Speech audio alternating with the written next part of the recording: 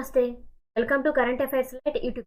ఇవాల్టి మన క్లాస్‌లో చిన్నటువంటి కాన్సెప్ట్ మీకు కనుక మా ఛానల్ వీడియోస్ నెక్స్ట్ అండ్ ఈ యొక్క వీడియోలో అయితే గ్రూప్ 2 ప్రిలిమ్స్‌కి సంబంధించి సొసైటీలో బాగా ముఖ్యమైన అంశాలనేవి వీడియోలో ఇవ్వడం జరిగింది. అండ్ ఇక్కడ వచ్చే ఫస్ట్ కాన్సెప్ట్ వచ్చేసి హ్యూమన్ ట్రాఫికింగ్. సో ఇండియన్ సొసైటీలో ఒక main important concept trafficking. And human trafficking 2023 కాలంలో చాలా హైలైట్ అయింది. మన ఆంధ్ర, తెలంగాణ ప్రాంతంలో కూడా చాలా రిలేషన్స్ అనేవి వచ్చాయి. గురించి కూడా చాలా హైలైట్ అయిందనమాట. ఎస్పెషల్లీ తెలంగాణ ప్రాంతంలో అయితే ఒక అకౌంటెంట్ని కిడ్నాప్ చేశారు. బట్ కిడ్నాప్ చేయడానికి ముఖ్య ఉద్దేశం ఏంటంటే వాళ్ళు కిడ్నాప్ చేసి వేరే దేశానికి తీసుకొని వెళ్ళి ఇక్కడ వాళ్ళతోటి బలవంతంగా ఆన్లైన్లో చేసేటువంటి ఏవైతే కొన్ని పథకాలు ఉంటాయో, మోసపూరితంగా చేసేటువంటి పథకాలు, వాటిలో పాల్గొనే విధంగా ఆ యొక్క అకౌంట్ వాళ్ళు బలవంతం పెట్టారు. బట్ ఆయన మాత్రం వాళ్ళకి కావాల్సినటువంటి అమౌంట్ అతన్ని కిడ్నాప్ చేసి అతను డబ్బు అనేది కట్టిన తర్వాత విడుదల చేశారు వాళ్ళు. సో హ్యూమన్ ట్రాఫికింగ్లో ఆంధ్ర, తెలంగాణ ప్రాంతంలో చాలా కేసులు అనేవి రీసెంట్గా ఎక్కువగా నమోదవుతూ ఉన్నాయి. సో హ్యూమన్ ట్రాఫికింగ్ కూడా ఎక్కువగా జరుగుతుంది. దాన్ని మనం మానవ అక్రమ రవాణా అంటాం. సో మానవ అక్రమ రవాణా మీద కూడా మనకి ఇండియన్ సొసైటీలో ఒక ఇంపార్టెంట్ కాన్సెప్ట్ అనేది ఉంది. దీని గురించి ఇంపార్టెంట్ ఏంటంటే మనకి ఆపరేషన్ స్ట్రోమ్ మేకర్స్ 2 అనేది తీసుకొని వచ్చింది.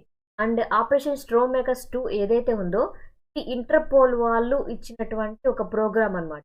సో ఇంటర్పోల్ అంటే ఒక దేశం కాదండి. ఇంటర్పోల్ అంటే ప్రపంచంలో ఉన్నటువంటి చాలా దేశాలు కూడా ఇందులో భాగంగా ఉంటాయి. మన ఇండియా కూడా 1949 నుంచే ఈ యొక్క ఇంటర్పోల్లో సంయుక్తంగా వర్క్ చేస్తుంది. ఇంటర్పోల్ అంటే చాలా దేశాలకు సంబంధించినటువంటి పోలీస్ వ్యవస్థల్లో మంచి వ్యక్తుల్ని ఎన్నిక చేసి ఒక కట్టుదిట్టమైనటువంటి ఒక పోలీస్ వ్యవస్థగా నిర్వహించేటువంటిదే ఇంటర్పోల్ అంటాం.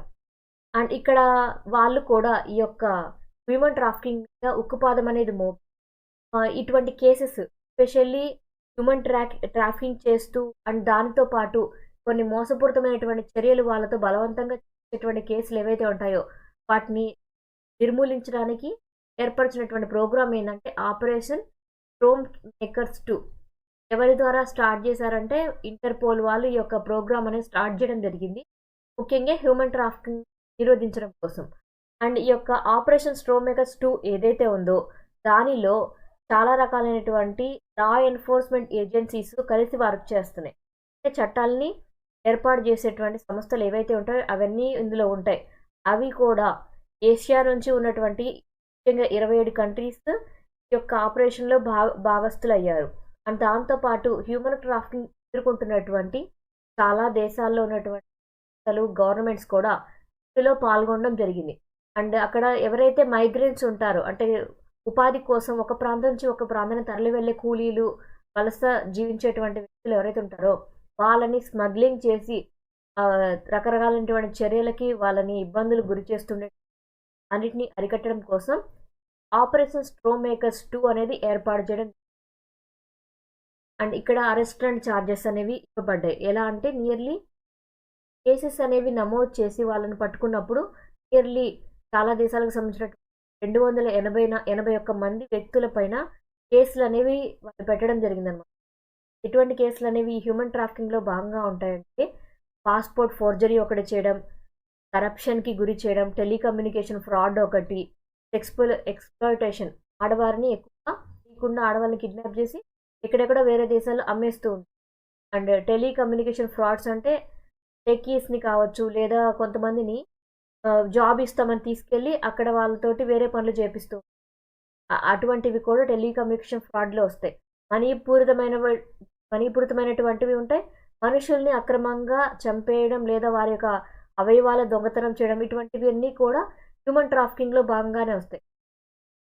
రెస్క్యూ అండ్ ఇన్వెస్టిగేషన్ల పరంగా అయితే నియర్లీ 149 మంది పడడం జరిగిందని ఒక ఇన్వెస్టిగేషన్లో భాగంగా. అండ్ దీని ద్వారా 360 ఇన్వెస్టిగేషన్స్ అనేవి స్టార్ట్ చేయడం జరిగింది. అంటే వాళ్ళ లీడ్స్ అనేవి దొరికాయి అన్నమాట. హ్యూమన్ ట్రాఫికింగ్ ఎక్కడెక్కడ జరుగుతున్నటువంటి కేసెస్ అన్నీ కూడా వాళ్ళకి తెలిసాయి. అండ్ దాంతోపాటు అయితే ఈ యొక్క లా ఎన్ఫోర్స్మెంట్ ఏజెన్సీస్ ఏవైతే ఉన్నాయో అవన్నీ కూడా హ్యూమన్ ట్రాఫికింగ్కి సంబంధించిన కేసెస్ అనేవి తగ్గించడానికి వాటిలో ఎక్కడెక్కడ జరుగుతున్నాయో యాక్టివ్గా పార్టిసిపేట్ చేస్తూ హ్యూమన్ ట్రాఫికింగ్ జరగకుండా నిర్మూలించడానికి కృషి చేస్తుంది. Mental health initiatives India and మన దేశంలో సంబంధించినటువంటి ministry of health and family వెల్ఫేర్లో భాగంగా మన దేశంలో ఉన్నటువంటి వ్యక్తుల యొక్క మానసిక ఆరోగ్యాన్ని పెంపొందించడం, వాళ్ళని మానసికంగా సంసిద్ధులు కావాల్సినటువంటి చర్యలు అనేవి చేస్తున్నారు. సో మెంటల్ హెల్త్ కూడా ఇండియన్ సొసైటీలో ఒక భాగం. సో మెంటల్ హెల్త్ అనేటువంటి కాన్సెప్ట్ ఏ మినిస్ట్రీకి వస్తుందంటే ministry of health and family welfare కింద మెంటల్ హెల్త్ ఇనిషియేటివ్స్ అనేవి వస్తాయి. సో ఇనిషియేటివ్స్ అంటే దానికోసం ఏర్పరిచినటువంటి పథకాలు కానీ స్కీమ్స్ అన్ని ఇనిషియేటివ్లో భాగమే అన్నమాట. అందులో ఒకటి ఏంటంటే నేషనల్ మెంటల్ హెల్త్ ప్రోగ్రామ్ ఎప్పటి నుంచి స్టార్ట్ చేశారంటే 1980 నుంచి స్టార్ట్ చేశారు. బట్ మధ్యలో కొంచెం తగ్గిపోయింది దాని మీద.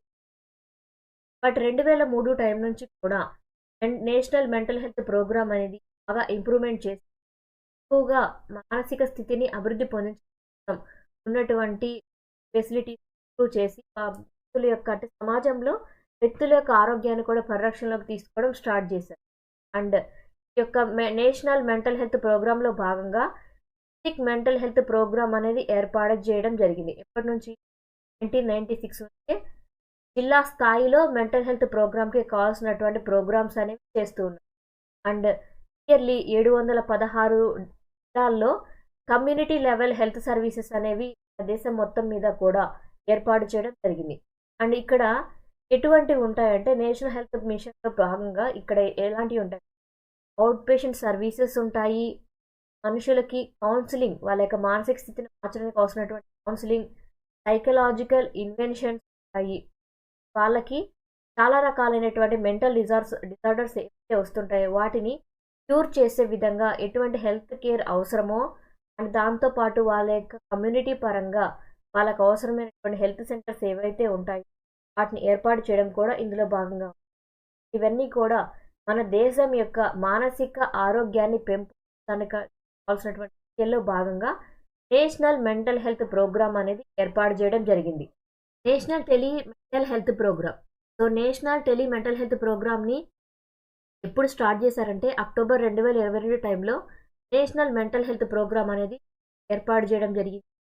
కేర్ సర్వీస్ సెంటర్స్ అనేవి ఏర్పాటు చేసి దేశం మొత్తం మీద కూడా మెంటల్ హెల్త్ని అంటే మానసికమైనటువంటి ఆరోగ్యాన్ని పెంపొందడానికి ఏర్పాటు చేసినటువంటి ఒక ఇనిషియేటివ్ అన్నమాట. ఇందులో ఏంటంటే tele initiative. So tele initiative అంటే ఫోన్ కాల్ ద్వారా వ్యక్తుల యొక్క మానసిక ఆరోగ్యాన్ని పెంపొందే national tele mental health programme అనేది తీసుకొని రావడం జరిగింది.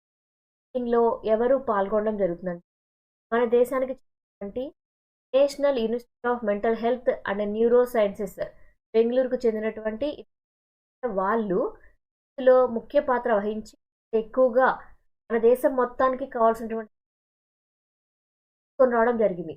దీన్ని టెలిమానస్గా కూడా చెప్తూ ఉంటారు. టెలిమానస్ ద్వారా ఏంటంటే మన దేశంలో ఎవరైతే ఆ యొక్క నెంబర్కి ఫోన్ చేస్తుంటారో వాళ్ళ మానసిక ఆరోగ్యాన్ని పెంపొందించే విధంగా వ్యక్తులతో మాట్లాడి కౌన్సిలింగ్ అనేది ఇవ్వడం జరుగుతుంది. ఇప్పుడైతే నియర్లీ మన దేశంలోకి చెందినటువంటి రాష్ట్రాలు, యూనియన్ టెరిటరీస్లో ఈ యొక్క ప్రోగ్రామ్ అనేది జరుగుతూ ఉంది. And nearly 26 tele health mental health normal augmentation systems అనేవి సెల్స్ అనేవి ఏర్పాటు చేయడం జరిగింది. ఇక్కడ సెల్స్ అంటే ఈ యొక్క గ్రూప్ ఆఫ్ పీపుల్ ఉండి మానసిక ఆరోగ్యాన్ని పెంపొందించడానికి కావాల్సినటువంటి కౌన్సిలింగ్ గ్రూప్స్ అనమాట. వాటిని సెల్స్ అన్నారు. టెలి కమ్యూనికేషన్ ద్వారా మెంటల్ హెల్త్ని బాగా చేయడానికి చేసేటువంటి కమిటీ ఒక మీటింగ్ గ్రూప్స్ లాగా ఉంటాయన్నమాట. ఇప్పటికైతే ఒక హెల్ప్ లైన్ నెంబర్స్ ద్వారా అంటే హెల్ప్ లైన్ నెంబర్స్ ద్వారా 63,806 మంది ఆరోగ్యాన్ని జరిగింది.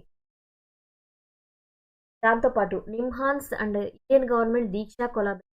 So Indian government Diksha collaboration అనేది ఒక ఆన్లైన్ ప్లాట్ఫామ్.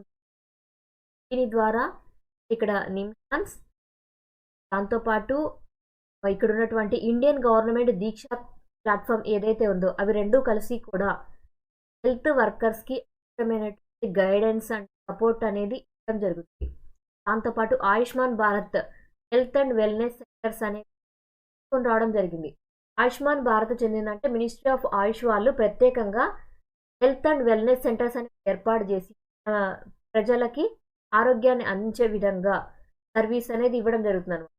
దీనిలో భాగంగా ఏంటంటే వాళ్ళు రిహాబిలిటేషన్ కేర్ అనేది కూడా తీసుకొచ్చారు. అంటే మానసిక ఆరోగ్యాన్ని పెంపొందించే రిహాబిలిటేషన్ సెంటర్స్ ఏర్పాటు చేయడం అనేది ఎక్కువగా ఫోకస్ చేసింది. Mental health, neurological health and కొన్ని రకాలైనటువంటి డిసార్డర్స్ ఏవైతే ఉంటాయో, మెంటల్ హెల్త్ డిసార్డర్స్ ఏవైతే ఉంటాయో వాటన్నిటినీ కూడా ఈ యొక్క హెల్త్ అండ్ వెల్నెస్ సెంటర్లో క్యూర్ చేయడమే ముఖ్య ఉద్దేశం. Addressing pandemic included mental health challenges. So మనకి కరోనా లాంటి పాండమిక్ సిచ్యువేషన్లో మనకి ఎక్కువ శాతం పడింది ఏంటంటే వ్యక్తుల యొక్క మానసిక ఆరోగ్యం అనేది చాలా తగ్గిపోయింది. ఎందుకంటే ఎక్కువ శాతం బందీగా ఇంట్లో ఉండిపోవడం ఇటువంటి అన్నీ ఏంటంటే మానసిక ఆరోగ్యాన్ని చాలా దెబ్బతీసారు. అప్పటి నుంచి కూడా గవర్నమెంట్ 24/7 హెల్ప్ లైన్ నెంబర్స్ అనేవి క్రియేట్ చేసి మనుషుల యొక్క మానసిక ఆరోగ్యాన్ని పెంపొందించే ప్రోగ్రామ్స్ అనేవి చేస్తూ ఉంది. అండ్ దీని ద్వారా ఏంటంటే సొసైటల్ గ్రూప్లో పరంగా అంటే మన యొక్క చుట్టూ ఉన్నటువంటి సామాజిక పరంగా చాలా రకాలైనటువంటి మీడియాస్లో అంటే ఇక్కడ మనకి ఎలక్ట్రానిక్ మీడియా అంటే యూట్యూబ్, ఫేస్బుక్ అండ్ ఇంకా చాలా రకాలైనటువంటి సామాజిక మాధ్యమాల ద్వారా మన యొక్క స్ట్రెస్ని ఎలా తగ్గించుకోవాలి, యాంగ్జైటీ లెవెల్ని ఎలా తగ్గించుకోవాలి, ఆరోగ్యాన్ని ఎలా కాపాడుకోవాలి, ఇటువంటి అంశాల గురించి అవగాహన కల్పిస్తూ మెంటల్ హెల్త్ ఛాలెంజెస్ క్లియర్ చేయడానికి ట్రై చేస్తూ ఉన్నారు. ఇది కూడా గవర్నమెంట్ ద్వారా మానసిక ఆరోగ్యాన్ని పెంపొందించుకోవడానికి ఇచ్చినటువంటి ఒక ప్రోగ్రామ్. దాంతోపాటు financial support for mental health institute. So ఇందులో ఏంటంటే మెంటల్ హెల్త్ ప్రోగ్రామ్స్ అనేవి తీసుకుంటారు. సో డిస్ట్రిక్ట్ మెంటల్ హెల్త్ ప్రోగ్రామ్స్లో ఏంటంటే మనకి నియర్లీ 159.75 కోట్ల రూపాయలు అనేవి కేటాయించి మన దేశంలో ఉన్నటువంటి కొన్ని రాష్ట్రాలు, యూనియన్ టెరిటరీస్లో ఈ యొక్క ప్రోగ్రామ్స్ అనేవి నిర్వహించి వాళ్ళ యొక్క మానసిక ఆరోగ్యానికి కావాల్సినటువంటి అనేవి ఏర్పాటు చేయడం జరిగింది. అండ్ ఇది కూడా నేషనల్ హెల్త్ మిషన్లో భాగంగా 2022-23 కాలానికి ఈ యొక్క నిధులు అనేవి కేటాయించి బడ్జెట్లో మానసిక ఆరోగ్యాన్ని పెంపొందించడానికి కృషి చేస్తూ ఉన్నారు. Thank you for watching my video. మీకు కనుక నా వీడియో ఎక్స్ప్లెనేషన్ నచ్చినట్లయితే నా వీడియోస్ లైక్ చేయండి, షేర్ చేయండి అండ్ సబ్స్క్రైబ్ చేయండి. మీకు ఇండియన్ సొసైటీ పరంగా ఈ కాన్సెప్ట్ నచ్చినట్లయితే వీడియోస్ని లైక్ చేయండి, షేర్ చేయండి అండ్ సబ్స్క్రైబ్ చేయండి. Thank you for watching my video.